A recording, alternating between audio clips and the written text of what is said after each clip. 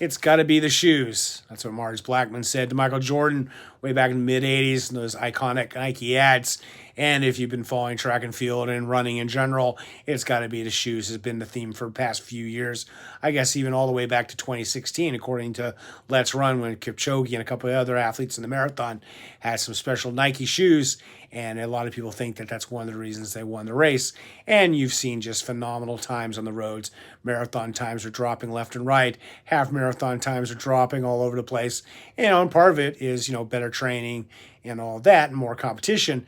But it's definitely the shoes have a huge impact. And why not? I mean, obviously, they're spending tons of money developing these shoes.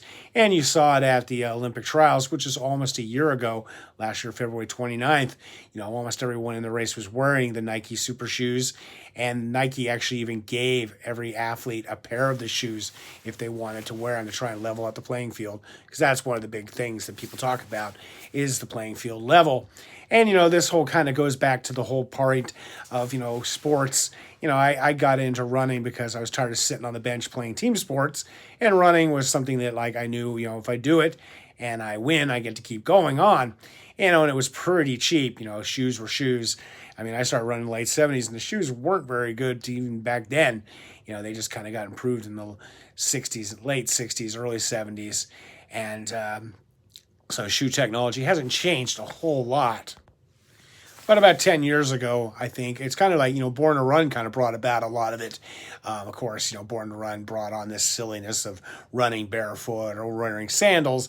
And, if you had been living in America your whole life wearing shoes, and then all of a sudden you just decide to go out and run barefoot or with minimal shoes, you have issues. And I used to see it all the time. I'd be doing marathons, I see somebody running barefoot or with sandals on.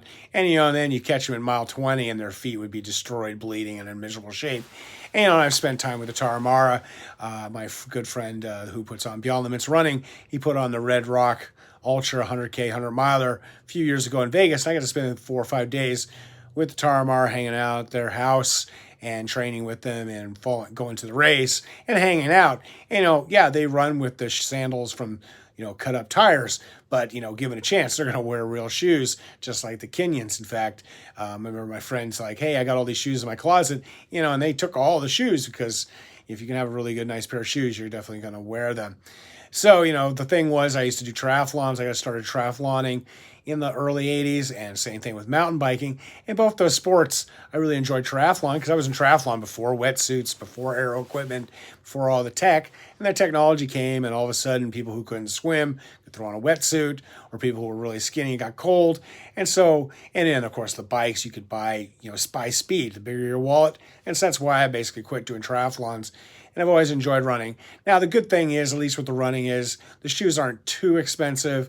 And, as long as, you're not signed to a contract, shoe company doesn't have a good pair of shoes. I mean, now ASIC's got them.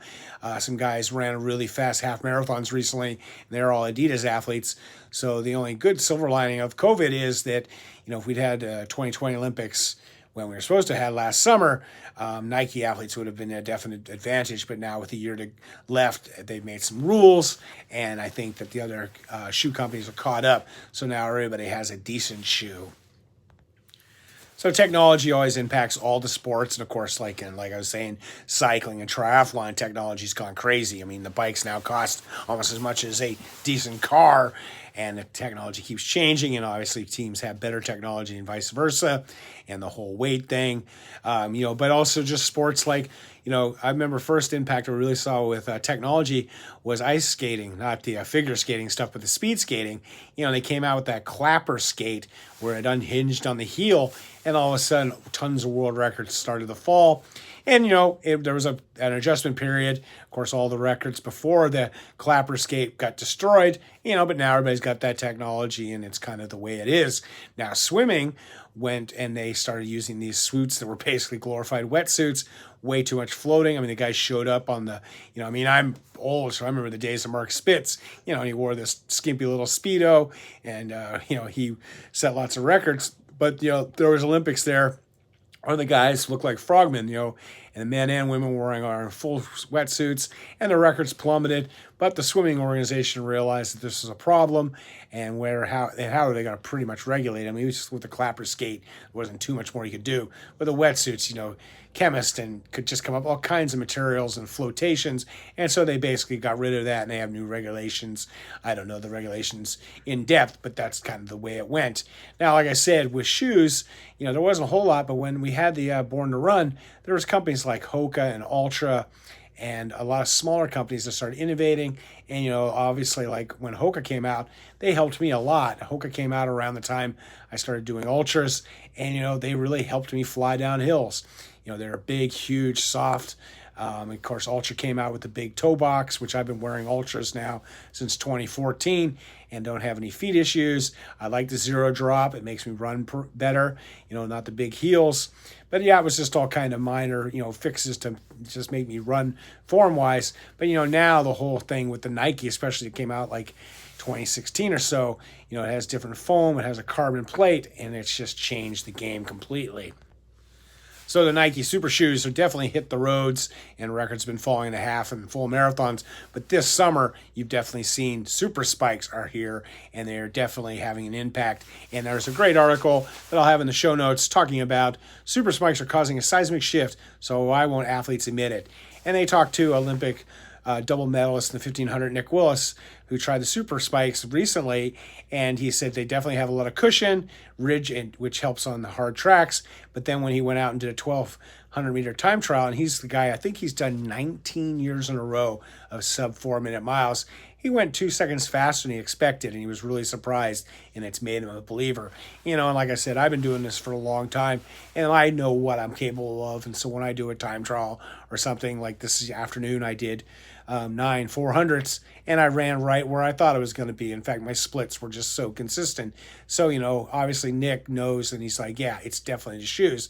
And he says that the new spike technology, which is powered by a super light and highly responsive PBX material, is worth between 1 to 3 seconds a mile, depending on whether or not you're a high responder. Another Olympian I spoke to, who wanted to remain anonymous, put the advantage at 2 to 4 seconds. Either way, amounts of change as seismic as when cinder tracks became synthetic. Yes, it's amazing. We used to run on cinder tracks, dirt tracks. In fact, I live here in Bakersfield, California, and Jim Ryan broke the world record in the mile back in the late 60s on a dirt track here in Bakersfield, California. In fact, you can see it on the internet. They actually got it. Google it. One interesting thing is the shoes definitely work differently for different people, which obviously is the case. And they talk about high responders. Some people put the shoes on and they really help a lot. That's kind of what happened to me in triathlons when I was doing them. I was always a really good swimmer, and obviously if you see me, I'm pretty big, so I floated real well. But on the bike, I could ride really fast. But in a 40K bike, I could ride a little over an hour, and then the handlebars came out, but I'm not very flexible, and I didn't get much faster. And there were a few people like that. I remember Scott Molina's times didn't change much when the bars came out. I was already pretty aerodynamic, and my flexibility issues, I didn't really benefit from the aerodynamic positions. And so you would obviously say that I was not a high responder when it came to that kind of thing. So you've got, these new shoes, and it says the genie is not only out of the bottle, it's granting wishes at a record rate. The men's 5 and 10K world records both topped in recent months, along with the women's 5K. I loved watching those races, but you definitely just thought, wow, these guys are just flying along. Seems like something's going on. And then you've got a guy, Elliot Giles, who has never reached a world final, running the second fastest indoor 800 in 1:43.63 to match Seb Coe's world record. Yeah, I remember seeing that and was like, who is this guy? And you've seen that a lot of times. And it says, Willis pointed out that something rather curious is also happening. Not a single sponsored athlete appears to want to thank the Spikes for the improved times, which is interesting. If you're sponsored, you would think like, thank you to my shoes. But, everybody just keeps it on the down low. It says the Giles guy, he says, insisted his Air Zoom Victory Spikes, which Nike claims offer a paradigm shift, were not a key factor in his run. Because I've done well, people say it must be the shoes, said Giles, who said he has been wearing them for a couple of years. It's nonsense and a bit of an insult. I bet you if we looked at photos, he hasn't been wearing them for a few. Another Briton, Mark Scott, attributed beating his 10,000 PB by 46 seconds, which moved him above Dave Bedford and Brendan Foster on the all-time list to training hard and smart for years. Team commentator suggests the spikes were also a factor. Scott told him, give some credit where it's due rather than consistently nag about the shoe technology. Yeah, I mean, David Bedford and Brendan Scott Foster were two of the greats of all time, and it's kind of like, we recently just had this 10K the other day, and I think it's Mark Scott. Ended up being now he's the second best behind Mo Farah, and I really can't say that he's as talented as Mo Farah. And so it's basically kind of like the mafia. It all amounts to cures omerta, a case of don't mention the spikes. From Nike and New Balance athletes who have benefited most from technology, we're only asked by our sponsor to give a sales pitch, and it often seems so fake and contrived, said Willis. And here's the one opportunity to really preach about it, yet they don't. And that is kind of interesting. I mean, you're kind of like going, hey, I love my shoes. Willis, who works for a high-end running brand Tracksmith, knows why athletes are staying silent. Takes away the credit for your own role in improved performance. And that's kind of where it's going. They've often talked about this. So he runs for Tracksmith, which is a clothing line. And you're going to see more and more athletes just picking the clothing line route than the shoe company route. Because the problem is when you pick the shoe running route, you got to wear those shoes in competition, and they may not be the best.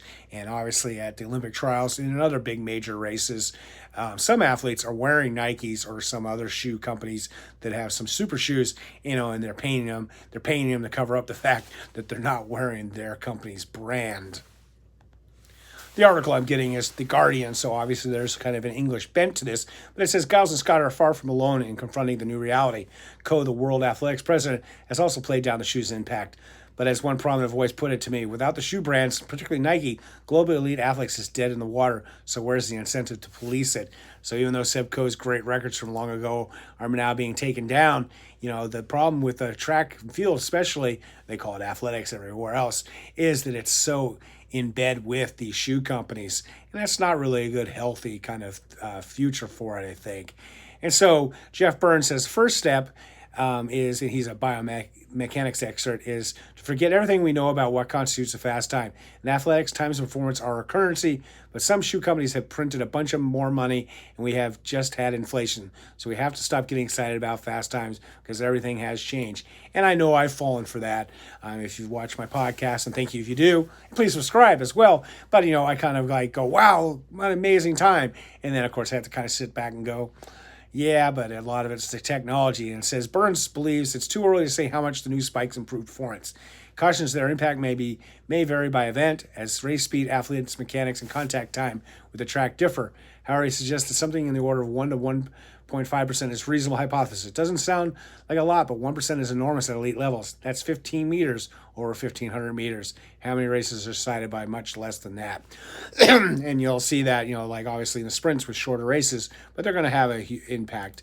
Says he also notes that some athletes will be high responders to spikes, while others will see only small improvement, and that is entirely possible that spikes may tell apart a semi-caliber athlete to the medal podium. And you're seeing that actually. It says either way, it's entirely wrong for Giles and Scott to dismiss the impact of technology.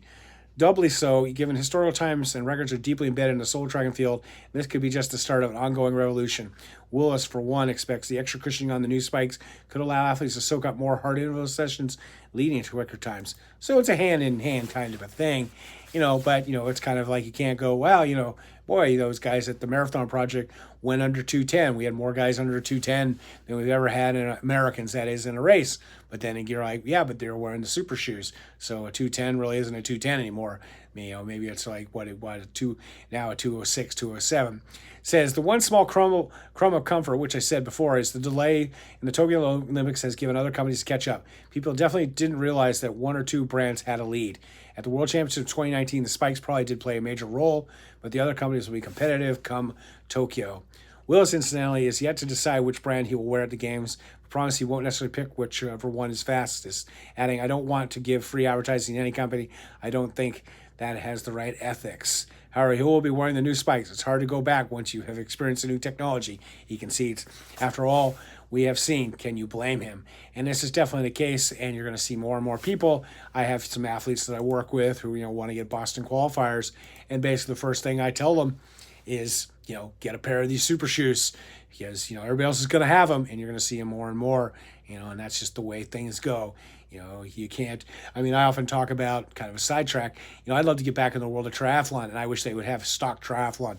No wetsuits, every year, like every couple of years, have like one couple different bikes you can choose from, no aero gear, and that would be kind of fun to have it done. But I doubt we'll see that, just like we're not going to have with the shoes. But you have to have some sort of rules, and they've kind of gone with the stack height, so that it doesn't get too high. And I know, like in the Paralympics, they were talking about, how they have to limit how big of limbs they put on the guys because if you have a guy who should normally be 5'10", but he put on extra long legs, so he's 6'6", he definitely has a mechanical advantage. So they have their issues in there. So it's very complicated. Kind of, being an old dog, it's kind of sad the technology is coming into running. But, in a few years, everybody will have the technology and it'll level out. But we won't be able to look at the old records and go, wow, remember when this time was fast? Because, super shoes are here to stay. And as always, stay healthy, be boring, not epic.